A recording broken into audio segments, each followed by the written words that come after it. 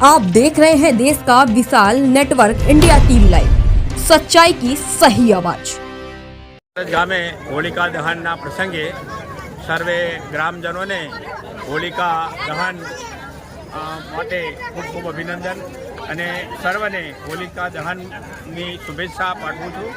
તેમજ ભારત વર્ષની અંદર પ્રાચીન સમયમાં હોલિકા માતાને વરદાન હતું હિરણ્યકશ્યપની બેન કે જેમને અગ્નિ પણ બાળી ના શકે એવું વરદાન હોવાથી હિરણ્યકશ્યપના પુત્ર ભગવાન પ્રહલાદ ભગવાનના ભક્ત હોવાથી એમને ભગવાન વિશે અપાર ભક્તિ હતી।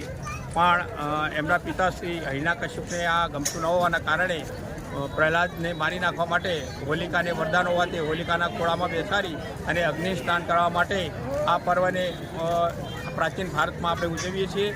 અને હોલિકાનું વરદાન હોવા છતાં હોલિકા બળી જાય છે અને ભક્ત પહેલા ઉગરી જાય છે એવા ભગવાનના આશીર્વાદ હોવાના કારણે। देश और प्रदेश की खबरों के लिए अभी सब्सक्राइब कीजिए इंडिया टीवी लाइव, साथ ही बेल आइकन को दबाना बिल्कुल ना भूलें, जिससे सबसे पहले खबर आप तक पहुंच सके।